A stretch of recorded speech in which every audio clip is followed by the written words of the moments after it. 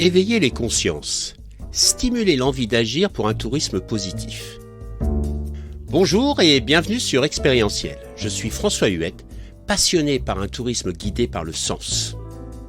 Les différentes crises écologiques, spirituelles et économiques nous poussent à sortir de nos schémas traditionnels. Elles nous invitent à questionner l'impact de nos activités sur la santé de la planète et de l'humanité. Ce podcast est la rencontre avec des acteurs engagés. À travers leurs histoires, nous allons découvrir des femmes et des hommes visionnaires. Ce sont des passeurs d'expérience et de savoir qui sèment des graines de réflexion et d'action pour co-construire un tourisme positif, porteur de sens, inclusif et non culpabilisant.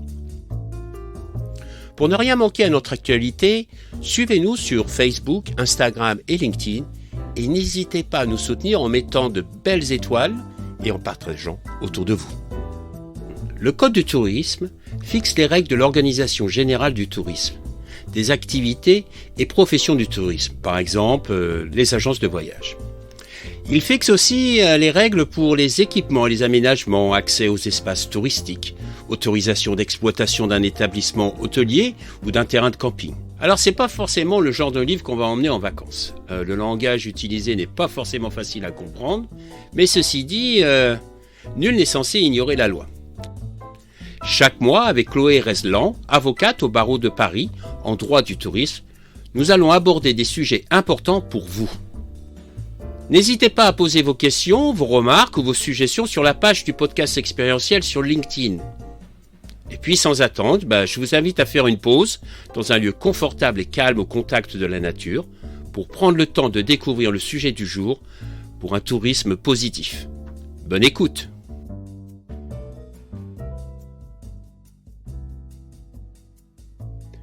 Bonjour Chloé.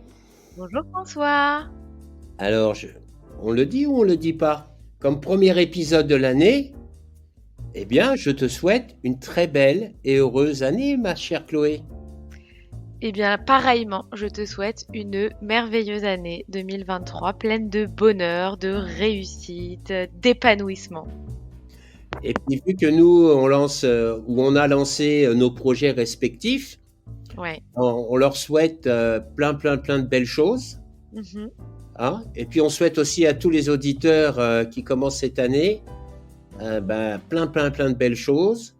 Et puis surtout, de belles initiatives dans un tourisme positif, à fort impact humain. Je pense qu'on a vraiment besoin de remettre de l'humain au cœur de l'aventure. Et puis, nous, on va continuer notre aventure, à partager notre aventure avec les auditeurs. Et oui, 2023, c'est la saison 2 de la séquence de l'avocat. On continue à apporter des conseils juridiques aux professionnels qui s'engagent. Alors, dis-moi, j'ai une question. Ça fait plus d'1 an qu'on fait ces rencontres mensuelles. Est-ce que j'ai le droit de me rétracter? Tu en as marre, François? Bon, chères auditrices, chers auditeurs, je suis désolée, apparemment c'est la fin de l'aventure de la séquence de l'avocat, je me suis trompée. François veut se rétracter. Non, mon cher François, tu ne peux pas te rétracter puisque nous sommes entre professionnels ici. D'accord. Mais du coup, on va peut-être parler droit de rétractation parce que je crois que les fondamentaux ne sont pas encore maîtrisés. Exactement, j'aimerais savoir de quelle manière je peux me rétracter. Mais plus sérieusement...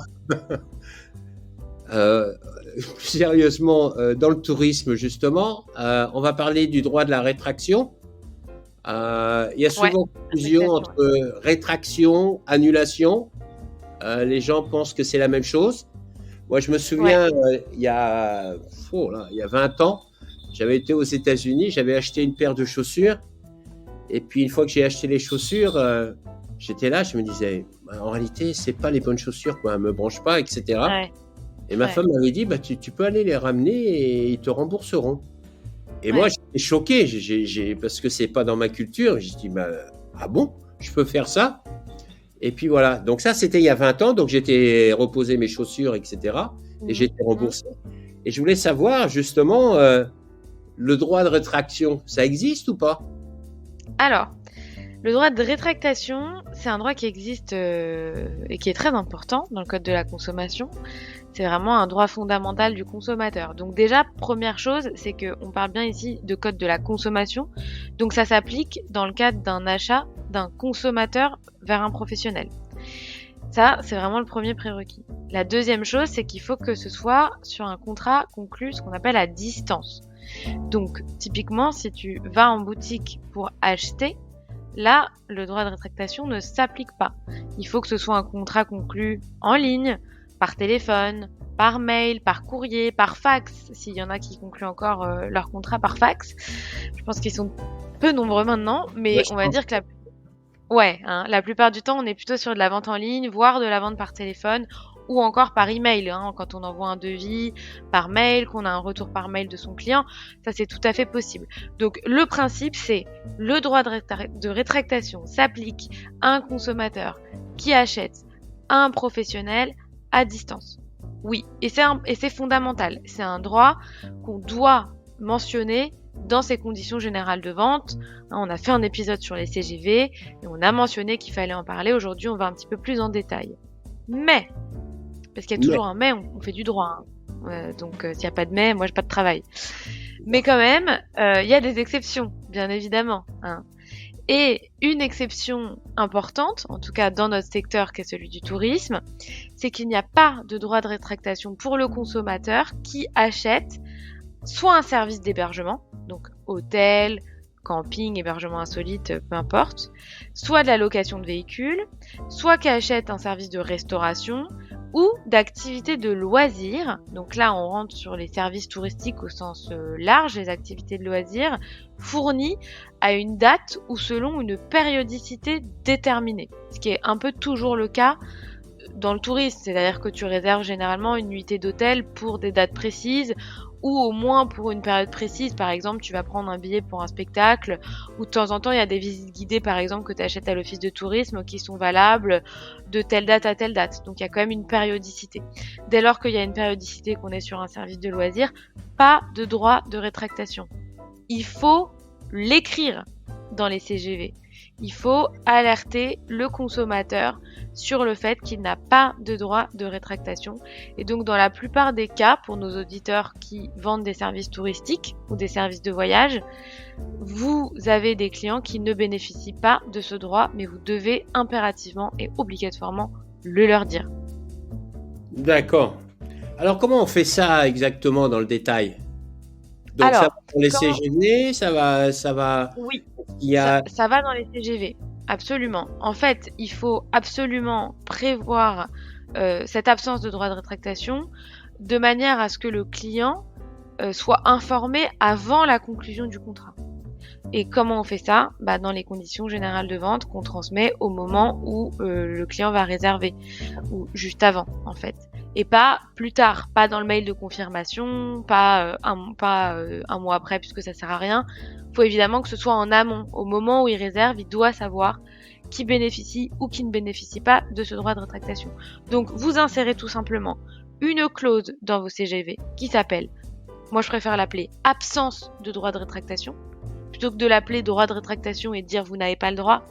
Appelez cette clause absence de droit de rétractation, comme ça c'est très clair pour tout le monde, en expliquant que s'agissant de services d'hébergement ou de loisirs à une période déterminée, etc. Donc ça, je vous invite à aller tout simplement sur le site, on va faire simple, servicepublic.fr, on en a parlé, je crois, lors de notre tout premier épisode. C'est un site officiel de l'administration qui est bien fait. Il y a un article sur la vente à distance et le droit de rétractation du consommateur qui est très clair, qui est très complet, qui résume un peu ce qu'on se dit aujourd'hui. Et dedans, vous avez bien le service d'hébergement. Donc à partir du moment où vous mettez dans vos CGV une clause absence de droit de rétractation qui dit le consommateur ou le client achète un service d'hébergement ou un service de loisir qui est fourni à une date déterminée ou selon une périodicité déterminée et en conséquence en application du code de la consommation ne dispose pas, moi je le mets en majuscule, de droit de rétractation, ça suffit. Ok. Maintenant, j'ai acheté quelque chose, je me rétracte sous les 14 jours. Quelles sont les conditions de remboursement ? Parce que ce droit de rétractation, c'est à partir du moment où j'ai fait cet achat. Ok ? Oui. Le professionnel a combien de temps pour me rembourser ? Le remboursement, de toute façon, de manière générale, dans le code du tourisme, c'est 14 jours. D'accord. À partir du moment où il y a une obligation de remboursement, c'est 14 jours. Donc on aime bien les 14 jours, hein, tu remarqueras. Ouais. Le droit de rétractation, c'est 14 jours, le remboursement, c'est 14 jours. Et si jamais, bon là, ça risque de pas être le cas, mais admettons que nos auditeurs vendent aussi des produits boutiques. Il peut y avoir des ventes de produits dérivés, je pense notamment aux offices de tourisme qui ont des boutiques, mais il y a même des agences de voyage qui vendent des produits, souvenirs, des destinations, etc. Les produits boutiques, là, il y a un droit de rétractation. Alors, il y a des exceptions sur les produits périssables, etc. Donc, allez voir la liste des exceptions. Mais il faut aussi que le client renvoie le produit si jamais il a reçu le produit dans les 14 jours. D'accord. Toujours Ok. 14 jours. Donc, c'est remboursement et renvoi du produit si jamais produit il y a eu, et s'il y a eu réception et envoi, envoi et réception plutôt, là il faut évidemment rendre le produit. On se remet dans l'état antérieur, c'est-à-dire comme si c'était jamais rien passé. D'accord. Très bien. Très bien. Bah, c'est plutôt rapide ça comme. Ouais, mais ça c'est 2023. 2023, c'est rapide, efficace. Efficace ou efficient? Efficient, toujours. T'as raison. Ah ouais, merci maître. Merci. Toujours. Donc, peut-être qu'on peut profiter, vu qu'il nous reste quelques minutes, on peut se dire, on peut peut-être informer justement cette saison 2, on va lui donner une nouvelle direction ensemble. Ouais. Hein? Ouais, Tu veux nous en absolument. dire un peu plus? Oui, tout à fait. Alors, nos chers auditeurs nous ont écoutés pendant 1 an parler de CGV, d'immatriculation à tout France, de place de marché. Donc on a vraiment essayé avec François de balayer pas mal de sujets fondamentaux dans le droit du tourisme. Donc c'est des sujets qui sont assez lourds, qui sont parfois complexes. Donc on essaye toujours de les vulgariser au mieux, de les simplifier. Mais c'est des sujets assez complexes. Là, l'objectif de 2023, c'est vraiment d'aller droit au but sur des sujets beaucoup plus précis. Donc n'hésitez pas, comme d'habitude, à nous faire part de vos questions. S'il y a un point de droit, un point dans vos relations clients, même très précis, qui vous interroge, c'est vraiment donner des réponses concrètes, comme on l'a fait aujourd'hui sur le droit de rétractation. C'est quoi? Ça sert à quoi? C'est quoi les exceptions? Comment on fait pour le mettre dans les CGV?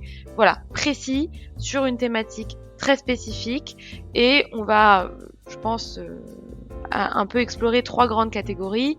Vos obligations vis-à-vis de vos clients, la mise aux normes, et notamment tout ce qui va être environnemental, accès PMR, etc. Et puis la relation entre professionnels.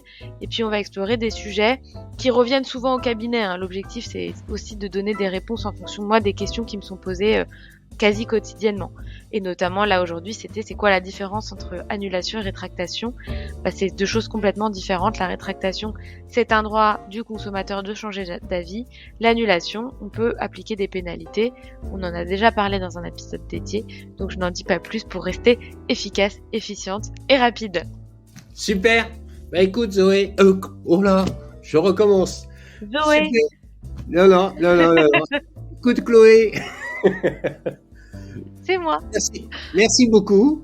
Je te souhaite un super début d'année. Toi aussi. Et à tous nos auditeurs. Voilà, plein de bonnes choses. Et à très bientôt, au mois prochain. À très vite, au mois prochain, comme d'habitude. Ciao. Ciao. Voilà, c'est la fin de notre voyage du jour. J'espère que vous avez vraiment passé un agréable moment en notre compagnie et que nous avons pu semer des graines d'inspiration et d'action. Surtout n'oubliez pas, le tourisme de demain, c'est maintenant qu'on le construit et ensemble. C'est un tourisme qui est guidé par le sens, l'expérience et en lien avec nos territoires pour assurer la pérennité de nos métiers et de nos activités. C'est essentiel. Si vous avez vraiment aimé ce podcast, favorisez sa diffusion en lui donnant 5 belles étoiles sur Apple ou la plateforme podcast préférée que vous utilisez. Et puis, surtout, et ça c'est le plus important, n'hésitez pas à partager dans votre réseau. Essaimer la connaissance, essaimer le partage d'expérience. C'est essentiel pour chacun d'entre nous d'avoir accès à cette information. Et puis, si vous voulez continuer l'aventure avec nous, le voyage avec nous, eh bien, je vous invite à vous abonner pour suivre tous les épisodes gratuitement et être informé dès qu'ils sont publiés. Voilà. Je vous remercie et à très bientôt. Au revoir.